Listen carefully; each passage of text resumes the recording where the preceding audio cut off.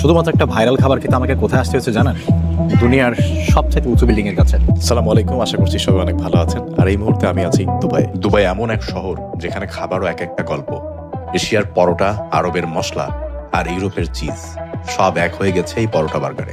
এটা শুধু খাবার না, এটা একটা ফিউশন কালচার।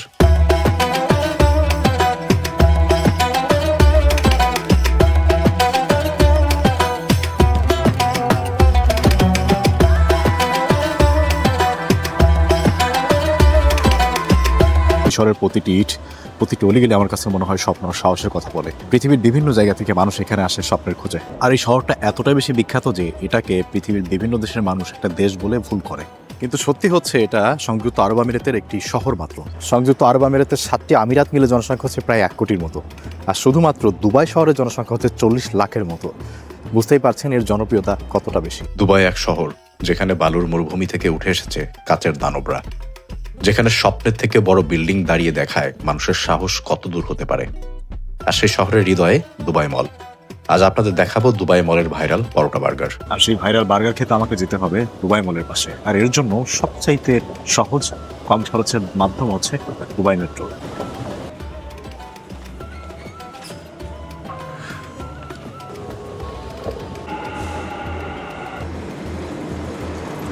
الأبواب تغلق. Doors closing. কখনো দুবাই ছিল শান্ত একটা মরুভূমির উপকূল, জেলেদের ডিঙি নৌকা, মুক্ত আহরণ আর কিছু খেজুর বাগানের শহর। 1960-এর দশকে তেলের খোঁজ মিলতেই শুরু হয় ভাগ্যের পালাবদল।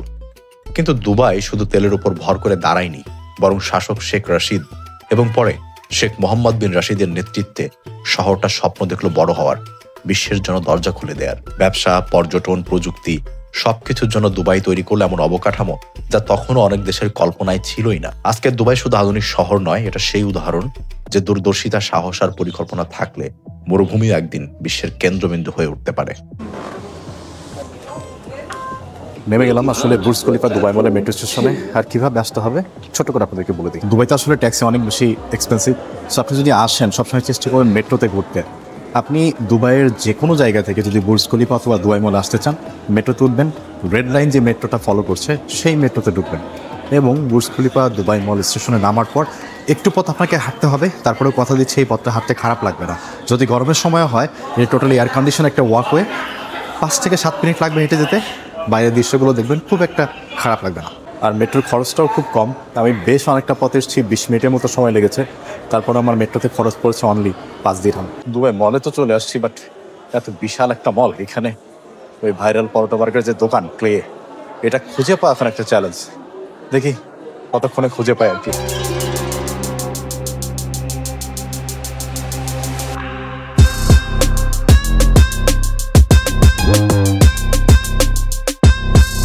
এই দুবাই মল শুধু একটা শপিং মল নয়, বরং এক শহরের ভেতর আরেক শহর। 1200-এর বেশি দোকান, বিশাল অ্যাকোরিয়াম, আইস রিঙ্ক আর বাইরে দাঁড়িয়ে আছে বিশ্বের সবচেয়ে উঁচু বুর্জ খলিফা। প্রতিদিন লাখো মানুষ আসে শুধু কেনাকাটা করতে নয়, দুবাইয়ের স্বপ্ন, আভিজাত্য আর আধুনিকতার স্পন্দনটা কাছ থেকে অনুভব করতে। দুবাই মলই হলো সেই জায়গা যেখানে এক ছাদের নিচে পুরো বিশ্বটা গলে মিশে যায়। প্রথমে আমি ভেবেছিলাম এটা হয়তো কোনো বানানো skeleton, and then I learn that এটা অ্যাকচুয়ালি 155 মিলিয়ন বছর আগের অ্যাকচুয়াল একটা ডাইনোসরের ফসিল, যেটা দুবাই মলের মাঝখানে ওনারা এনে রেখেছে। একটা মল জাস্ট ডেকোরেট করার জন্য তারা কত টাকা স্পেন্ড করছে। আই মিন থিঙ্ক করেন জাস্ট যে একটা dinosaur skeleton, just put it here, see real. খুঁজতে খুঁজতে পা ব্যথা হয়ে গেছে, এখনো খুঁজেই পাইনি। এত বড় জায়গা আসলে খুঁজে পাওয়া মুশকিল। তো এদের একটা ন্যাভিগেশন সিস্টেম আছে যে এখানে লিখলাম ক্লে, আসছে এই যে ক্লে বাই কারাকাস। এটা দেখাচ্ছে গ্রাউন্ড ফ্লোরে। আমি হচ্ছে এইখানে, এই দিক দিয়ে গিয়ে ওই পাশে যাইতে হবে। প্রবাবলি আমি এখন আছি লেভেল 1, আর ম্যাপে যেটা দেখলাম I need to go ground ফ্লোরে। এখানে গ্রাউন্ড ফ্লোরে আমি একটু আগে অনেকক্ষণ ধরে ঘুরে আসছি, পাই নাই, বাট আবার যাচ্ছি, দেখা যাক এইবারে পাই কিনা। ও শেষে হেয়া ক্লে বাই কারাক হাউস। তো অবশেষে দুবাই সেই ভাইরাল পরোটা বার্গারের দোকানের সামনে চলে এসেছি। এটাই হচ্ছে ক্লে বাই কারাক হাউস। মানে এমন একটা জিনিস যে পৃথিবীর 2 জায়গার 2টা জিনিস, পরোটা আর বার্গার, 2 প্রান্তের 2 রকম স্বাদ। এই দুটোকে একসাথে করে যে একটা ফিউশন ঘটিয়েছে, আর এই ফিউশনের কারণে আমার মনে হয় দুবাই যেটা বেশ viral. I give my order here? No, you are on the table? No, I still not. Oh, there's a line for the table. You guys are so viral, huh? দুবাইয়ের viral পরোটা বার্গারের জনক clay by কারাক house, যেটা Dubai মলে অবস্থিত। নামটা শুনলেই মনে হতে পারে এ তো বুঝি কোনো স্ট্রিট ফুড, কিন্তু আসলে এটা একটা সাংস্কৃতিক ফিউশন। দক্ষিণ এশিয়ার পরোটা আর মধ্যপ্রাচ্যের গরমে স্টাইলের এক বুদ্ধিদীপ্ত মিশ্রণ। নরম পাতলা মাখন চুপচুপে পরোটার মাঝে ঢুকে থাকে জুসি বিফ বা চিকেন প্যাটি, তার সাথে বিশেষ মশলা, সস আর চিজের এমন কম্বিনেশন যেটা প্রথম কামড়েই বুঝিয়ে দেয় কেন এটা সোশ্যাল মিডিয়ায় ঝড় তুলেছে। এখানে একটা কামড় মানে শুধু খাবারের স্বাদ নয়, একটা অভিজ্ঞতা, একটা স্টেটমেন্ট। দুবাইয়ের লোকালরা তো বটেই, পর্যটকরা লাইন ধরে আসে এই এক অদ্ভুত কিন্তু অসাধারণ ক্রাঞ্চি সফট কম্বিনেশনটা চেখে দেখতে। আর মজার ব্যাপার হলো, যারা বলে পরোটার সাথে বার্গার মানায় না, তাদেরই মুখে প্রথম কামড়ের পর হাসি থামানো যায় না। ক্লে বাই কারাক হাউস এই বার্গার দিয়ে প্রমাণ করেছে ফিউশন খাবার যদি সঠিকভাবে করা যায়, তাহলে পরোটা, যেটা আমাদের ঘরের টেবিলের খুব সাধারণ খাবার, সেই পরোটাই গরমে হয়ে যেতে পারে। রেস্টুরেন্টের পরিবেশ, আলো, উপস্থাপন সব মিলিয়ে এটি শুধু একটা খাবার নয়, ইনস্টাগ্রামে পোস্ট করার মতো একটা মুহূর্ত। ক্লের এই ভাইরাল পরোটা বার্গারটাই প্রমাণ করে দুবাই শুধু বিলাসী শহর নয়, এটা সেই শহর যেখানে খাবারও নতুন করে পরিচয় পায়। তো লাইনের পাশে ওদের একটা কিউআর কোড দেওয়া আছে, ওটা দিলে ওদের মেনু আসবে। তো এখানে ওরা লিখে দিছে, এতটা ভাইরাল যে মানুষ অনেকক্ষণ বসে থাকলে ওদের প্রবলেম। বুঝছো যে kindly note that sitting time is 45 মিনিটের বেশি বসা যাবে না। চলেন মেনু দেখি। Egg chips, 1 tomato sauce, 33.80. So আমি কোনটা নেব actually? I will just after 20 or 25 minutes I stayed there and then I got a single seat. Thank you. Thank you for waiting. Should I wait there? I heard there is a special smashed burger. Yeah, that's the one. This one? That's the Oh, I would like to have that one. one. Comes double beef patty, cheese, onions, and sauces. Yeah, you have water? Sorry? Water? One water? Yeah. Cold or room temperature? Room temperature is fine. Thank you, just this. That's it? Is it okay if I make videos how they make it? Yeah, no problem. Thank you. No food allergies, right? No. Right. I eat everything. What are this Vienna's? এখান থেকে আমি তো নিয়ে নিবো মনে হয় 10-12 দিন, বেশিও নিতে পারে, I don't know. সবসময় একটা কমপ্লেন ছিল আমার, হচ্ছে যে বাইরের দেশের ভিডিও আমার দর্শকরা খুব একটা দেখে না। মানে আমি শুধু যতগুলো ভিডিও দিয়েছি বাইরের, এর বেশিরভাগই ফ্লপ। একটা শুধু একটু ভিউ হয়েছে, তাও মোটামুটি, সেটা হচ্ছে জেদ্দার ছিল। দুবাইয়ের most of the, specially Dubai মলে যতগুলো রেস্টুরেন্ট ফ্লিপকোর্টের আশেপাশে আছে, এগুলোর ক্লিনলিনেস, হাইজিন, স্টপ নস, এই ব্যাপারে আসলে ভুল করার সুযোগ নেই, কারণ এখানে প্রচণ্ড পরিমাণে নজরদারি চলে। আর সবসময় এরা এই বিষয়টা বজায় রাখে, কারণ আপনার কাছ থেকে কিন্তু দামটাও ওই রকমই নেয়। আর একটা বিষয় একটু বলে দিই, এই ক্লে বাই কারাক হাউস এই শপটা ওপেন থাকে মোটামুটি রাত 1টা পর্যন্ত, মানে সকাল 9টা থেকে রাত 1টা পর্যন্ত যে কোনো টাইমে আসলে এটা ওপেন পাবেন। খুঁজে পাওয়া একটু মুশকিল, বাট আপনি যদি মনে করেন সন্ধ্যার পরেও বের হন, কজ এখনও দুবাইতে দিনের বেলা একটু গরম পড়ে, বাট আফটার ইভিনিং বেশ কমফোর্টেবল, একদম ঠান্ডা না বাট কমফোর্টেবল, খুবই কমফোর্টেবল হয়ে যায়। তো ওই টাইমে আসতে পারেন, রাত 1টা পর্যন্ত পাবেন। Hi, oh thank you. I got it. So hits here final. এইটা হচ্ছে ওনাদের স্ম্যাশ বার্গার। বেসিক্যালি এটা মেনুতে লেখা আছে beef, double beef patty, cheese and fried onion burger, but ওনারা এটাকে বলে হচ্ছে ডাবল স্ম্যাশ বার্গার। ফাইনালি এটা বানানোর প্রক্রিয়াটা খুবই সিম্পল। লাইক এই যে দেখতে পাচ্ছেন না দিস, এটা কিন্তু আমাদের যে পরোটাটা থাকে, পরোটার যে বানটা, সেটার মতো একটু মোটা করে বানায়, ওনারা এটা ফ্রাই করে নেয়। অ্যান্ড আফটার দ্যাট এইটা মাঝখান থেকে কেটে এর ভেতরে এরকম চিজ অ্যান্ড যা কিছু দেওয়ার দরকার, বিফ বা চিকেন বা এনিথিং, সেটা এখানে দিয়ে দেয়। সো বেসিক্যালি সিম্পল একটা জিনিসকে এরা এত সুন্দর করে মার্কেটিং করছে, মানে দুবাইয়ে আপনি আসলে এর প্রত্যেকটা টিকটক, ফেসবুক, রিলসে আপনি ক্লে বাই কারাক হাউসে এই বার্গারের ভিডিও আসবে আপনার সামনে, যদি সোশ্যাল মিডিয়ায় স্ক্রল করতেই থাকেন। তো অবশেষে সে প্রচণ্ড ভাইরাল পরোটা বার্গারে বিসমিল্লাহ করা যাক। বিসমিল্লাহ।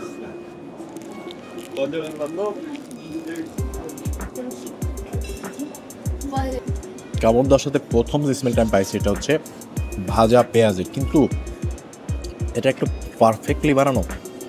এত ছোট জিনিস দুবাইয়ের মতো জায়গাতে এত পরিমাণ ভিড় অ্যাট্রাক্ট করতে পারছে, তো এমনি না, বিকজ অফ দিস টেস্ট।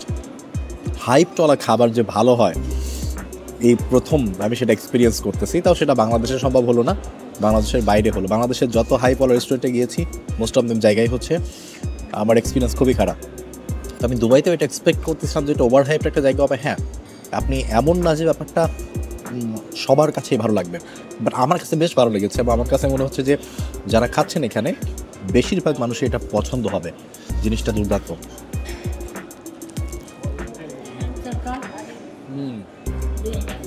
আমরা নর্মালি বার্গারের যে বারটা খাই, তার পরিবর্তে আপনার লাচ্ছা পরোটা টাইপের একটা পরোটা দিয়ে দেওয়া হয়েছে, কিন্তু পরোটা অত বড় সাইজের না, স্মল সাইজের বানানো, এবং তার মাঝখানে বিফ চিজ ভরপুর দেয়া, বার্গারে যা যা জিনিসপত্র লাগে।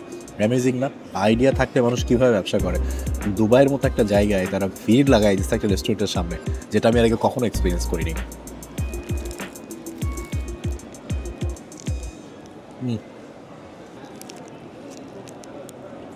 বাংলাদেশে কেউ ওখানে একটা চালু করে নাই, মানে ইটস এ গুড আইডিয়া। যারা নতুন ব্যবসা করতে চায়, স্ট্রিট ফুডে সচরাচর খাবারগুলো বাদ দিয়ে এরকম পরোটা বার্গার ট্রাই করলে তো হয়। এটা বানানোর প্রসেস খুব একটা কঠিন না।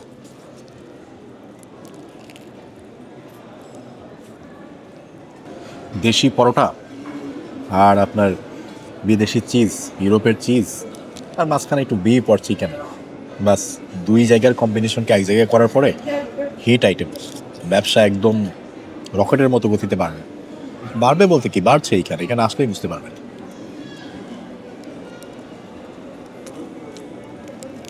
কিছুদিন আগে আমি বগুড়া গিয়েছিলাম, সেখানে অন্নপূর্ণা হোটেলে খেয়েছিলাম, একটা হিন্দু হোটেল। সেখানে মুসলমানরাও খায়, হিন্দুরাও খায়, খুবই সম্প্রীতির একটা জায়গা। আমরা যে একসাথে হিন্দু মুসলমান কীভাবে বসবাস করতে পারি, ওই জায়গায় গেলে এটা আমার মনে হয়েছিল, এবং আমিও ভিডিওটা ওই থিম অনুযায়ী বানিয়েছিলাম। বেশিরভাগ মানুষই ভিডিওটা পছন্দ করেছে, তারা সম্প্রীতির কথাবার্তায় কমেন্টে বলেছে। বাট কিছু মানুষ এর মধ্যে এসেও বিভিন্ন আজে বাজে কমেন্ট করেছে। কিছু আমার দেশি মানুষ আছে, কিছু আমাদের পার্শ্ববর্তী কলকাতার মানুষ আছে। তবে কলকাতার প্রচুর মানুষ এই ভিডিওতে খুব সুন্দর মন্তব্য করেছেন, আমাকে সাপোর্ট করেছেন, এবং আমরা যে হিন্দু মুসলমান হলেও একই ভাষাভাষীর লোক একসাথে বসবাস করতে পারি, এই সম্প্রীতির কথাই জানিয়েছেন। বাট তার মধ্যে কিছু লোক এসে বলেছেন, খুবই আজে বাজে কমেন্ট করেছেন, যে হালাল খাবার কেন হিন্দু হোটেলে বিক্রি করছে, যেগুলো আল্লাহর নামে জবাই করা হয়েছে সেগুলো কেন এখানে বিক্রি হচ্ছে। তাদের উদ্দেশ্যে বলি, এই যে দুবাই একটা মুসলিম কান্ট্রি, এখানে হিন্দু হোক, অন্য ধর্মের হোক, সব ধর্মের হোক, যেখানে যাই হোক, প্রত্যেকটা হোটেলে কিন্তু হালাল ফুডই সেল করে, কোনো বাধা নাই, এবং এটা নিয়ে কারো কোনো মাথা ব্যথাও নেই। তো কাস্টমারের যেটাতে চাহিদা আছে সেই অনুযায়ী সেল হচ্ছে, দ্যাটস ইট। এটা ধর্মের কোনো বিষয় না। যদি আমার এখানে হিন্দু ধর্মের মানুষ খেতে আসে, আমি যদি কোথাও ব্যবসা ওপেন করি, সেখানে যদি হিন্দু ধর্মের মানুষ বেশি থাকে এবং তারা যদি সনাতনী হয়, তারা যদি পেঁয়াজ রসুন ছাড়া খাবার বেশি পছন্দ করে, আমি আমার ব্যবসার তাগিদে অবশ্যই সেখানে পেঁয়াজ রসুন ছাড়া খাবার রাখবো। সেখানে অবশ্যই দেখবো না যে আমি পেঁয়াজ রসুন ছাড়া কেন রাখবো, এটা তো আমাদের ধর্মীয় লোকজন খায় না। আমার ব্যবসা চালাইতে হবে, ওই হিসাবে যেটা দরকার সেটা করতে হবে, সিম্পল। আর তার থেকে বড় কথা, অন্য ধর্মের মানুষ আমার এখানে এসে মজা করে খাচ্ছে, এর থেকে বড় সুন্দর দৃশ্য আর কী হতে পারে, তাই না? যাই হোক, অন্য কথা বললাম, একটু মনে ছিল তাই বলে দিলাম। বাট এই পরোটা বার্গার আসলেও খুবই টেস্টি, দাম বেশি। অবশ্য দুবাইতে সব কিছু এক্সপেন্সিভ, ওই হিসাবে দাম ঠিক আছে, বাট আপনি খেলে এনজয় করবেন।